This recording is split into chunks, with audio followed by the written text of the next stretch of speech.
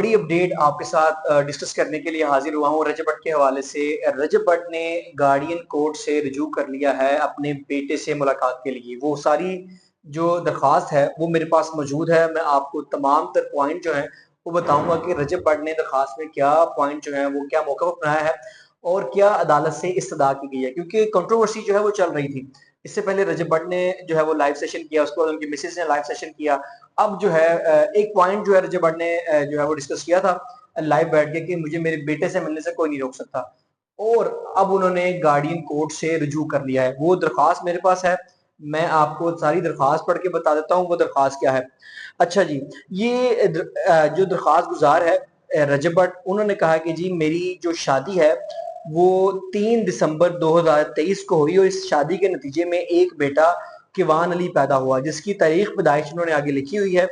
اور ان کا کہنا تھا کہ میاں بیوی کے درمیان تعلقات کے سیدھا ہونے کے باعث دونوں کے درمیان طلاق واقع ہو چکی ہے، اور اس وقت تقریباً 10 ماہ کا کم سن بچہ جو ہے وہ فرقین کے پاس ہے، یعنی کہ ایمان کے پاس ہے اور ان کی تحویل میں ہے۔ علیحدگی کے بعد سے مدعیہ عالیہ نے درخواست گزار کو اپنے بیٹے کیوان سے ملاقات تک کی اجازت نہیں دی۔ درخواست گزار اپنے بیٹے کی تعلیم، تربیت، فلاح و بہبود اور روشن مستقبل کے حوالے سے شدید فکر مند ہیں۔ یہ درخواست میں رجب بٹ کا موقف تھا۔ آگے رجب بٹ جو ہے وہ کیا کہتے ہیں جی، رجب بٹ نے متعدد بار درخواست کرنے کی کوشش کی کہ اسے اپنے بیٹے سے ملاقات کی اجازت دی جائے، لیکن ایمان نے ہر بار انکار کر دیا۔ آگے کہتی ہیں رجب بٹ ہمیشہ اپنے نابالغ بیٹے کی قانونی، اخلاقی اور مالی اخراجات پورے کرنے کے لیے تیار رہا ہے اور اپنی استطاعت کے مطابق اس کی کفالت اور دیگر اخراجات برداشت کر رہا ہے۔ آگے کہتے ہیں کہ یہ رجب بٹ کے گھر کا ماحول مدعیہ عالیہ کے گھر سے زیادہ بہتر ہے، جبکہ نابالغ کی دادا دادی بھی حیات ہیں اور ان کے مناسب دیکھ بھال کرنے کی صلاحیت رکھتے ہیں۔ یعنی کہ انہوں نے اپنے بیٹے کی کسٹڈی بھی مانگ لی ہے۔ انہوں نے کہا کہ جی میرا بیٹا جو ہے وہ مجھے واپس کیا جائے، ان کے گھر کا ماحول جو ہے میرے گھر کی نسبت میرے گھر میں ماحول اچھا ہے، میری والدین بھی حیات ہیں تو وہ اس کی اچھی پرورش کر سکتے ہیں۔ آگے رجب بٹ کے کہتے ہیں جی اگرچہ نابالغ کی عمر صرف 10 ماہ ہے، تاہم اگر وہ مدعیہ عالیہ کے پاس ہی رہا تو اس کا مستقبل تباہ ہونے کا خدشہ ہے۔ یہ ایک بڑی بات جو ہے وہ رجب بٹ نے اس پٹیشن میں کہی ہے کہ جی اگر وہ کیوان ان کے پاس رہا تو اس کا مستقبل جو ہے وہ خراب ہو سکتا ہے۔ درخواست گزار یعنی کہ رجب بٹ مدعیہ عالیہ کی نسبت اپنے بیٹے کی بہتر پرورش اور دیکھ بھال کرنے کی صلاحیت رکھتا ہے۔ یہ جو ہے میں درخواست آپ کو پڑھ کے سنا رہا ہوں، اس سے پہلے آپ کو یہ کسی نے جو ہے وہ ڈیٹیل نہیں بتائی ہوگی کہ عدالت نے اس درخواست میں موقف کیا اپنایا ہے، کیونکہ سوشل میڈیا پہ چیزیں تو چل رہی تھی لیکن لوگوں کو پتہ نہیں تھا یہ معاملہ ہے کیا۔ اگلا پوائنٹ جو ہے وہ میں آپ کو بتاتا ہوں کہ اگلے پوائنٹ میں رجب بٹ کیا کہتے ہیں۔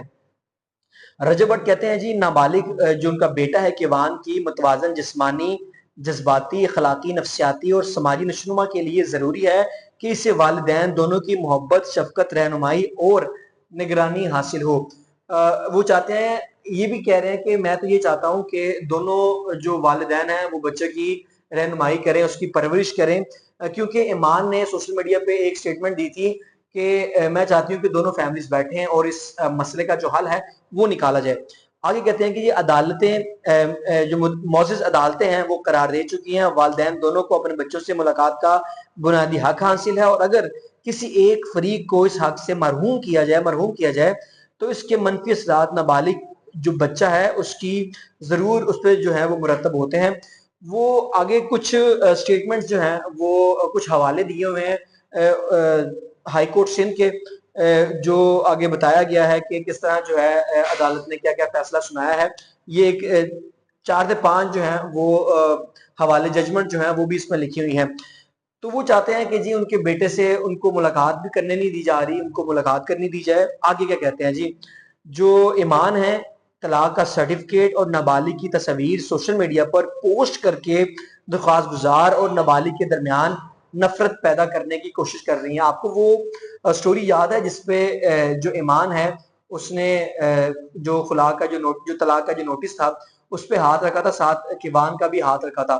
تو یہ وہ بات کر رہے ہیں کہ جی ایسی تصاویریں لگا کے ان کے بیٹے کے درمیان نفرت پیدا کرنے کی کوشش کی جا رہی ہے۔ عدالت سے آگے استدعا کرتے ہیں کہ جی عدالت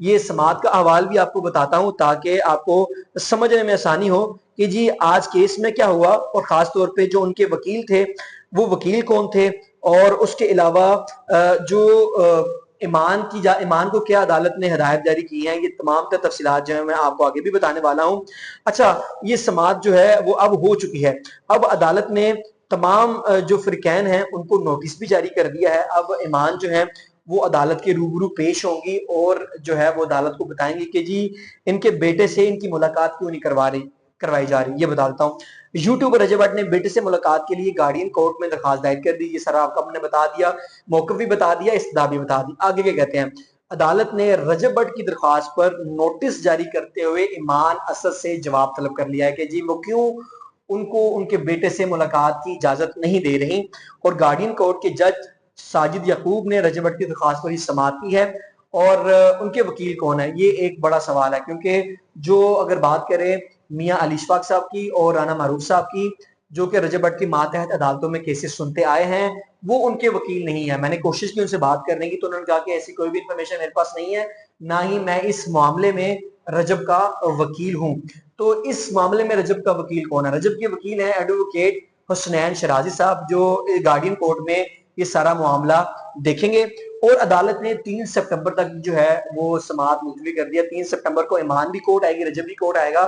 اب دیکھنا ہے 3 سپٹمبر کو کیا عدالت حکم جاری کرتی ہے اور ایمان کا وکیل کون ہونے والا ہے۔ تمام تفصیلات جو ہیں وہ میں آپ کو بتاتا رہوں گا۔ اس سے پہلے جو اون شیخ ہیں، ان کی جو ڈکی ہیں، ان کے جو پرانے وکیل تھے عثمان مشتاق صاحب، ان کے ساتھ کچھ ویڈیوز جو ہے وہ وائرل ہوئی، بڑی پرانی بات بتا رہا ہوں۔ تو اس وقت میں نے عثمان مشتاق صاحب سے جب رابطہ کیا تھا تو انہوں نے کہا کہ ناطق بھائی ایسی کوئی بھی جو ہے وہ اپڈیٹ نہیں ہے، میں کوئی بھی ایسا کیس اون کا نہیں دیکھ رہا، ہاں ویسے ملاقات کرنے آئے تھے تو ملاقات ہوئی، صرف اس کے علاوہ اور کوئی بھی جو ہے وہ میں لیگل ٹیم ان کا حصہ نہیں ہوں۔ اب دیکھنا ہے کہ ایمان کی لیگل ٹیم کا حصہ کون ہے، کون سا وکیل ہے جو ایمان کا یہ کیس جو ہے وہ پرسیو کرے گا اور عدالت میں لے کے چلے گا۔ جو بھی تفصیلات آپ کو ہوں گی آپ کو بتاتے رہیں گے، اور خاص طور پہ اتنا لمبا گیپ کیوں ڈلا ہے، یہ تمام تر لوگ جو ہیں وہ بھی سوچ رہے ہوں گے۔ یہ لمبا گیپ اس وجہ سے ڈلا ہے کیونکہ لاہور ہائی کورٹ اس کی ماتحت عدالتوں میں چھٹیاں چل رہی ہیں، جس کی وجہ سے اتنا لمبا گیپ چلا ہے، لیکن گارڈین کورٹ میں ایسے کیسز میں اتنی لمبی تاریخ ڈلتی نہیں ہے۔ 3 سپٹمبر کو دیکھتے ہیں، جو بھی عدالت فیصلہ کرے گی آپ کو بتاتے رہیں گے۔ تب تک کے لیے اپنے میزبان ناطق ریحان کو دیجیے اجازت، اللہ نگہبان۔